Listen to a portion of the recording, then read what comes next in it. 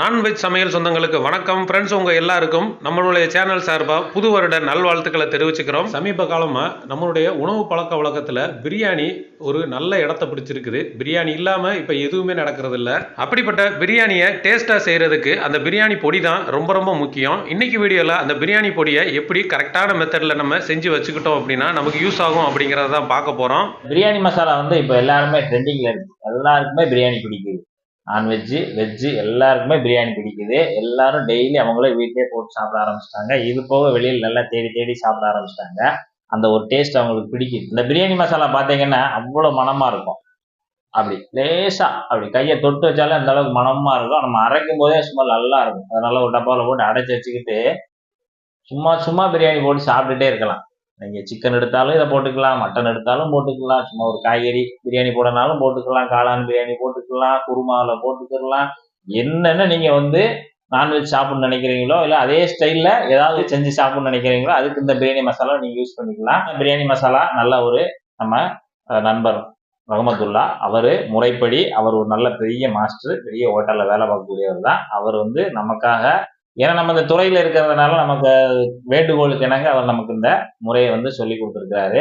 நான் நிறைய அவர்கிட்ட சாப்பிட்ருக்கேன். நிறைய சால்னாலேருந்து எல்லா வெரைட்டிஸும் அவர்கிட்ட நான் சாப்பிட்ருக்கேன். அதனால் அவர்கிட்ட கேட்டு அந்த பக்குவத்து முறையில் தான் இன்றைக்கி நம்ம ஒரு சூப்பரான ஒரு பிரியாணி மசாலா 8 பொருளை கொண்டு அருமையான பிரியாணி மசாலா தயாராகிருக்கு.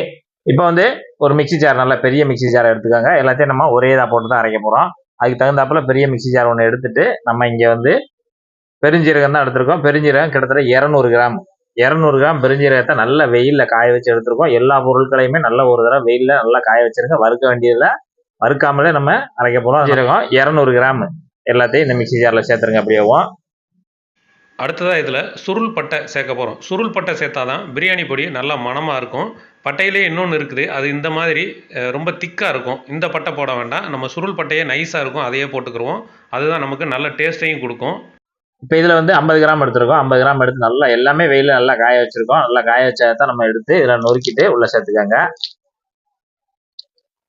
கொஞ்சம் நொறுக்கிட்டு அப்படியே உள்ளே சேர்த்துருங்க எல்லாத்தையும். ஏலக்காய், பச்சை ஏலக்காய் தான் எடுத்திருக்கோம். இப்போ ஏலக்காய் வந்து 30 கிராம், அதையும் நம்ம இதில் சேர்த்துடலாம்.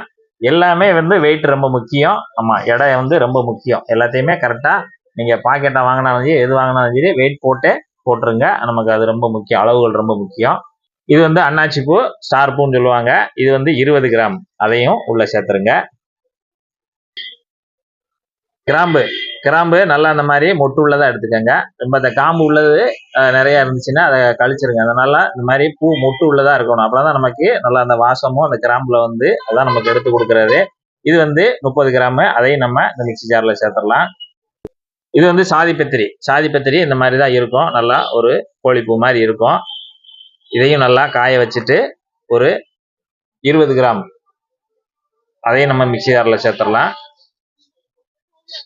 இது வந்து சாதிக்காய் 2 காய், ரொம்பவும் போடக்கூடாது. சாதிக்காய் வந்து ரொம்ப போட்டால் கசக்கும். அதனால் ரொம்பவும் போட வேண்டாம். 2 சாதிக்காய், அதை எடுத்துட்டு இப்போ நல்லா 1 2 தட்டிட்டு இதில் சேர்க்க போகிறோம். சாதிக்காயை நல்லா அந்த மாதிரி நல்லா நொறுக்கிட்டு உள்ளே சேர்த்துருங்க. அடுத்து நான் சொன்னல முக்கியமான பொருள், பிரியாணிக்கு முக்கியமான பொருள் சொன்னல, அது இதுதான். இதுக்கு பேர் சல்ஜீராங்கிறது ஜீரகம் மாதிரியே இருக்கும். அது இந்த மாதிரி ஜீரகத்தை விட கொஞ்சம் பொடுசாக இருக்கும். இதே மாதிரி ஜீரகம் வந்து காட்டு ஜீரகம் இருக்குது, அது வாங்கிடக்கூடாது. இது வந்து சல்ஜீரான்னு கேட்டிங்கன்னா தருவாங்க. இந்த பொதுவாகவே வந்து நம்ம உள்ளூர் பலசர கடைகளில் எங்கேயும் இருக்காது, வாய்ப்பு இல்லை. நாங்களும் கேட்டு ரொம்ப அலைஞ்சு அவர் சொன்னதை கேட்டு இந்த பொருளை வாங்குறதுக்கு நிறைய கடை அலைஞ்சாச்சு. இங்கே நம்ம உள்ளூரில் எதுவும் கிடையாது.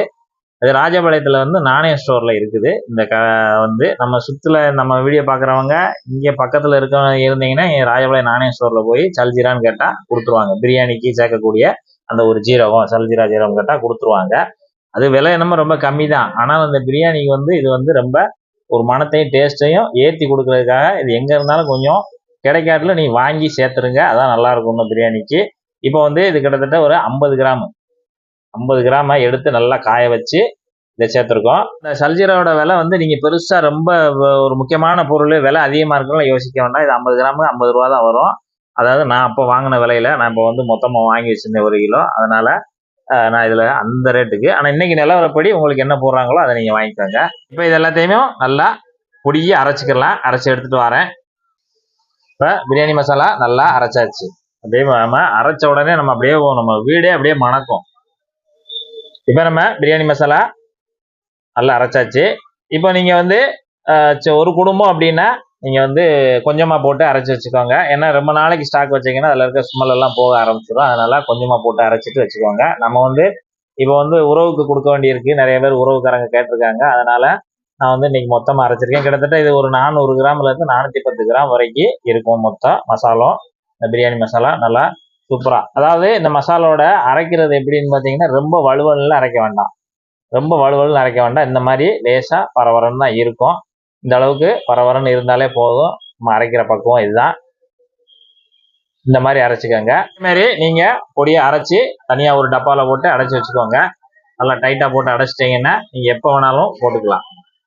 இது போல நீங்க வந்து ஒரு பிரியாணி மசாலா நீங்க விரும்பின முறையில நீங்க சாப்பிடுற டேஸ்ட்டுக்கு தகுந்தாப்புல கச்சிதமா இருக்கும். ஒரு முறை நீங்க இந்த பிரியாணி மசாலாவை நீங்க தயார் பண்ணி வீட்டுல வச்சு சாப்பிட்டுட்டு அடுத்தடுத்து இதே பிரியாணி மசாலா நீங்க தயாரிப்பீங்க. இது போக நீங்களே மத்த எல்லாருக்குமே ரெக்கமெண்ட் பண்ணுவீங்க. அந்த அளவுக்கு அருமையா இருக்கும். இதே போல நீங்களும் செய்து பார்த்துட்டு எப்படி வந்ததுன்றதை மறக்காம கமெண்ட்ல சொல்லுங்க. நன்றி, வணக்கம்.